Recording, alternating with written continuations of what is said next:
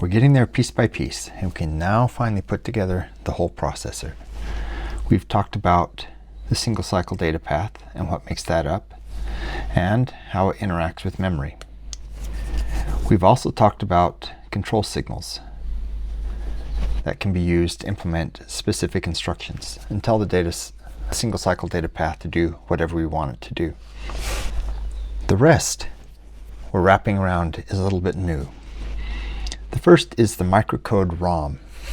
The microcode ROM takes instructions and translates them into the actual microcode, the bits that drive the single cycle data path. The instruction register holds the computer instruction. It's in binary format, and in this case, this is based on a MIPS type architecture. It's 32 bits long. 16 of those 32 bits may be immediate data. Sometimes yes, and sometimes no. How do we know if the lower 32 or 16 bits are immediate data? If there's something in the instruction that tells us so, and the immediate enable is enabled.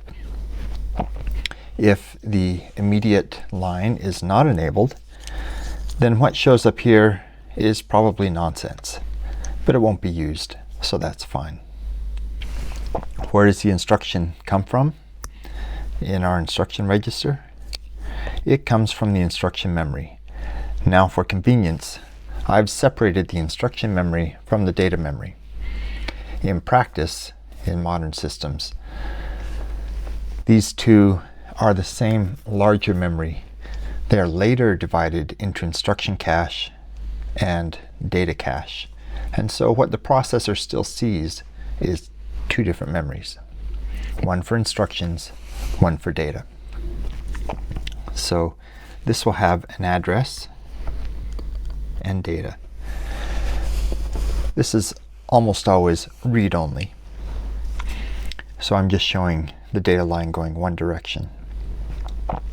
Where does the address come from? It comes from the program counter. The program counter is just another 32-bit register that happens to hold the address of the next instruction. That address is sent to the instruction memory. As soon as that address is sent, and I'm skipping a few of the control lines to tell the instruction memory to read, and you can see there's no clocks shown in here. So this is showing more functionally how they're connected. But when the address comes to the instruction memory, the new instruction is sent to the instruction register. From there, it's sent to the microcode ROM that gives the signals. So this is just a large memory. The particular part of the instruction that determines what comes to the output is accessed, and in it are stored the signals associated with that instruction. Simultaneously, this is actually the same thing. Our current instruction location is sent to the next program counter generator. Here, typically we add 4 to the program counter value and put it back into the program counter. That will advance it to the next instruction, which is 4 bytes long. Occasionally, the microcode will say something needs to be done here. We need to branch to a different location. If we have a loop or a function call or something like that, a new value may be located into the program counter.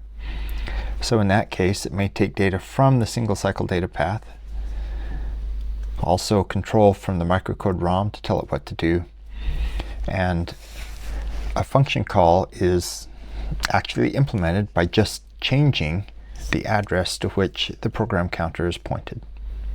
Okay, this is it. Everything else is an embellishment on this basic structure. We have, and I'm going to go through it one more time because this is kind of important. We have the microcode ROM that converts instructions into actual control signals. The single cycle data path we've already discussed takes those control signals and implements the desired function. The instruction is temporarily held in the instruction register, and it comes from the instruction memory. The instruction is chosen from the instruction memory using the program counter, which under normal operation advances to the next instruction, but under branches or function calls may actually be loaded with an arbitrary new value to point to the location of the new op. So let's talk a little bit about the instructions. In general, we'll start with a high-level program, C, C++, Pascal, so on and so forth. And there's a program that translates that to assembly language. Assembly language is what we've talked about before when looking at the data path control over here. Notice this is a little bit different. This uses the MIPS basic approach of using a $sign to refer to a register number. So register number 9. So this particular add operation is register 10 gets register 8 plus register 9. Exclusive OR, load word, and so on. Let's do this last one. This says that register 15 gets the memory at location pointed to by register 16. Another program called the assembler converts that into machine code. These are 32-bit instructions, and they are stored in the program memory. This is the executable code that is actually run by the computer.